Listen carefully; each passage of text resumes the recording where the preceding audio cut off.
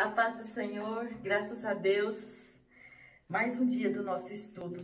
Hoje nós estamos no dia 19 de um total de 90 e eu louvo a Deus por esta oportunidade, eu louvo a Deus porque o Senhor tem que acrescentado na minha vida vontade de estudar um pouco mais sobre o que é um relacionamento a dois, o que é viver debaixo de um propósito de Deus, onde o relacionamento precisa ser estimado, precisa ser cuidado, precisa ser zelado, precisa ser colocado em prioridade, sabendo que o que importa é honrar o nome do Senhor nesse relacionamento, onde o Senhor pode ser inserido, que é o lugar onde o Senhor deve estar, porque não há relacionamento efetivo no casamento se a presença de Deus não estiver ali. Porque para sermos um, quando na verdade somos dois humanos, é só a presença de Deus para fazer dois se tornarem um. E aqui no livro que nós estamos estudando junto com a Bíblia do Casamento Blindado, tem um dia que é falado assim, despertando o pior de cada um. E hoje eu peço a graça do Senhor, a misericórdia do Senhor na minha casa, na minha vida, na sua casa, na vida do seu cônjuge, porque nós dependemos demais da presença de Deus na nossa vida. E aqui, esta palavra, despertando o pior de cada um, é algo muito sério. Nós já estudamos 18 dias falando de tantas coisas para olharmos para dentro de nós. E hoje nós vamos falar disso aqui. Por exemplo, algumas frases que podem despertar o pior de cada um, comportamento que pode despertar o pior de cada um. E isso gera cada dia mais distanciamento. E eu preciso, para minha casa, como eu sei que você precisa para a tua casa, da presença de Deus para que o melhor de cada um seja explorado, para que o melhor de cada um seja evidenciado, para que o melhor de cada um seja aflorado, para que gere benefícios dentro da nossa casa. E aqui então eu vou ler alguma dessas frases que o autor colocou. E ele diz assim, alguma das coisas.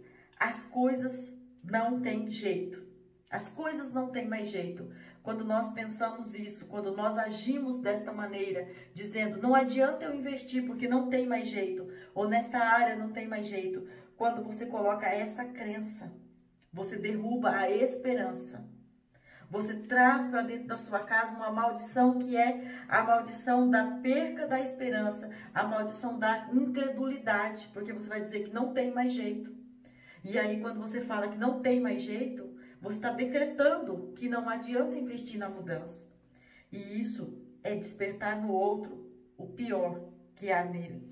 E a outra frase que ele coloca aqui, que é assim, quando a pessoa começa a dizer, você não se importa comigo, você não se importa comigo. E às vezes a outra pessoa dá uma demonstração, mas não é a linguagem que a outra entende. Então ela começa a afirmar, você não se importa comigo, você não se importa comigo. E a outra começa, não adianta eu me importar. Não adianta eu me importar porque ele ou ela não enxerga que eu me importo. Entende que aqui uma frase, ela reforça a outra. Um pensa que não tem jeito e o outro pensa, ele não se importa. E aí, então, começa uma dar força para a outra, para quê? Para que o distanciamento aconteça. E aí, a outra frase, tenho o direito de estar com raiva. Então, assim, eu fiz, não foi vista, eu fiz, não fui valorizada, eu me importo, ele não se importa. Então, o que que acontece? Eu tenho o direito de estar com raiva, eu tenho o direito de fazer mais coisas que contraria para que ele perceba ou para que ela perceba que eu estou chateado. Ou então eu vou ficar mais ausente para chamar atenção, para dizer que eu não estou nem aí, para dizer que não faz falta. E aí tem mais uma frase que ele diz assim, há um jeito certo e um jeito errado de fazer as coisas. E aí quando a gente começa a falar assim, há um jeito certo de fazer, mas eu não quero fazer. Então eu vou fazer do jeito errado, que é porque eu quero que chame atenção. Ou é porque eu quero que perceba que não dá certo daquele jeito. Então, em vez de trabalhar os dois juntos, começam a trabalhar os dois de maneira separadas, de maneiras individualistas, de maneiras egoístas, de maneiras trapaceiras para o próprio relacionamento.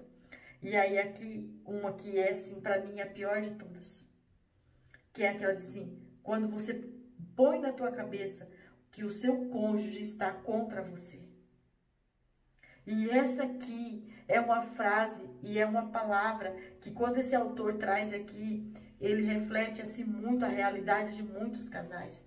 Porque quando o inimigo das nossas almas, que muitas vezes o inimigo é os traumas, é o ressentimento, é a amargura, é o desgosto, o desapontamento, as decepções que já aconteceram, quando isso consegue convencer a nós de que o nosso cônjuge está contra nós, então nós nos armamos, então nós nos ferimos, então nós não conseguimos ver o que tem de melhor no outro, o que o outro está tentando fazer. E daí não importa o que o outro faz, que parece que tudo que ele está fazendo é para nos afrontar, é para nos confrontar, é para nos colocar num lugar de inferioridade, é para nos desapontar.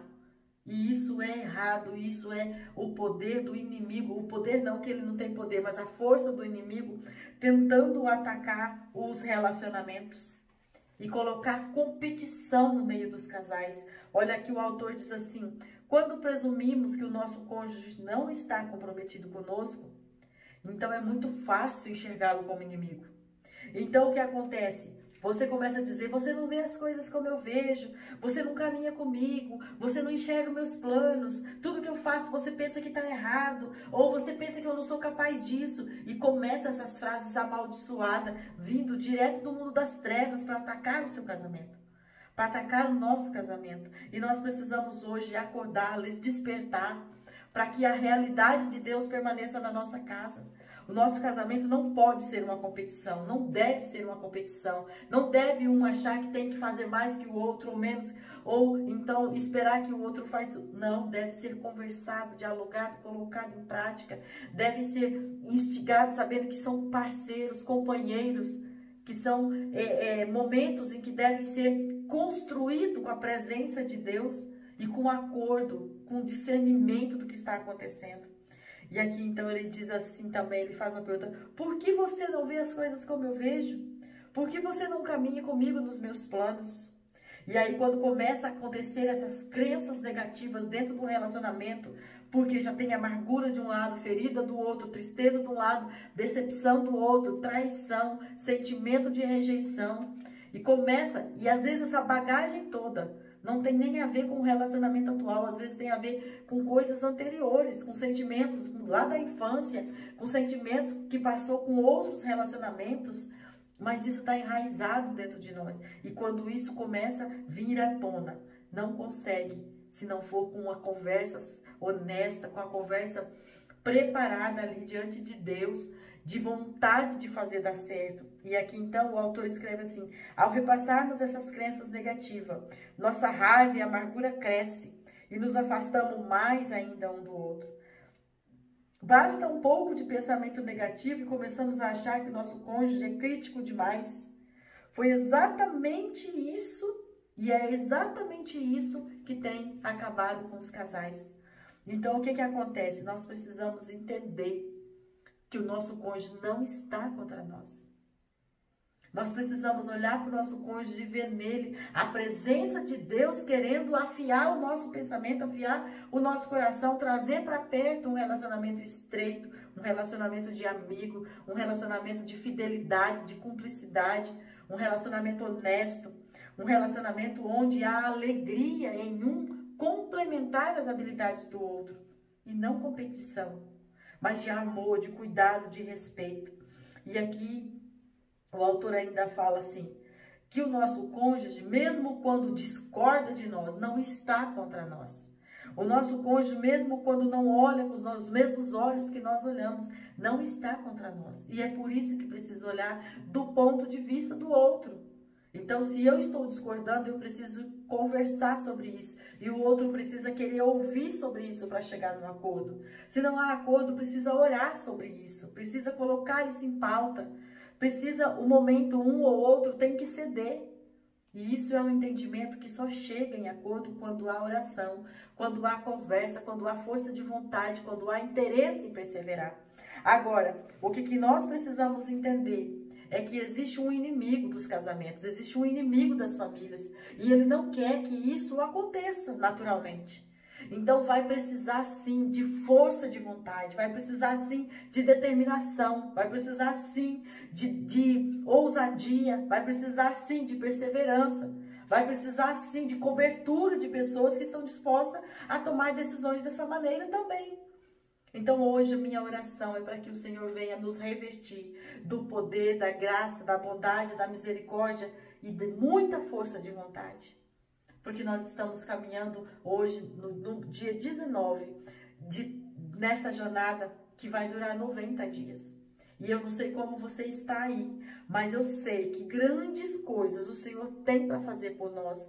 E exatamente porque o Senhor tem grandes coisas para fazer por nós, eu entendo que o cerco pode estar se fechando, as dificuldades podem estar aumentando, percepções que você não tinha antes, você pode estar tendo agora. Mas isso não é para você desanimar, isso é para você se fortalecer, isso é para você se encorajar, isso é para você olhar e falar assim, que você não vai ficar cansado, porque às vezes a gente fala assim, cansei de investir e não dar resultado, cansei de falar e ouvir a mesma coisa, cansei de querer ser o bonzinho e só tomar um soco na cara, e só ter contrapartidas patadas, não, ou só ter a contrapartida a rejeição, o descaso, a indiferença. Isso dói, isso machuca. Mas a palavra do Senhor diz que aqueles que confiam no Senhor são como um monte de Sião que não se abalam, mas permanece firme no propósito, mas permanece firme. A palavra do Senhor também diz que aqueles que confiam no Senhor caminham e não se cansam, correm e não se fadigam, mas que sobem como águia dentro dos seus propósitos.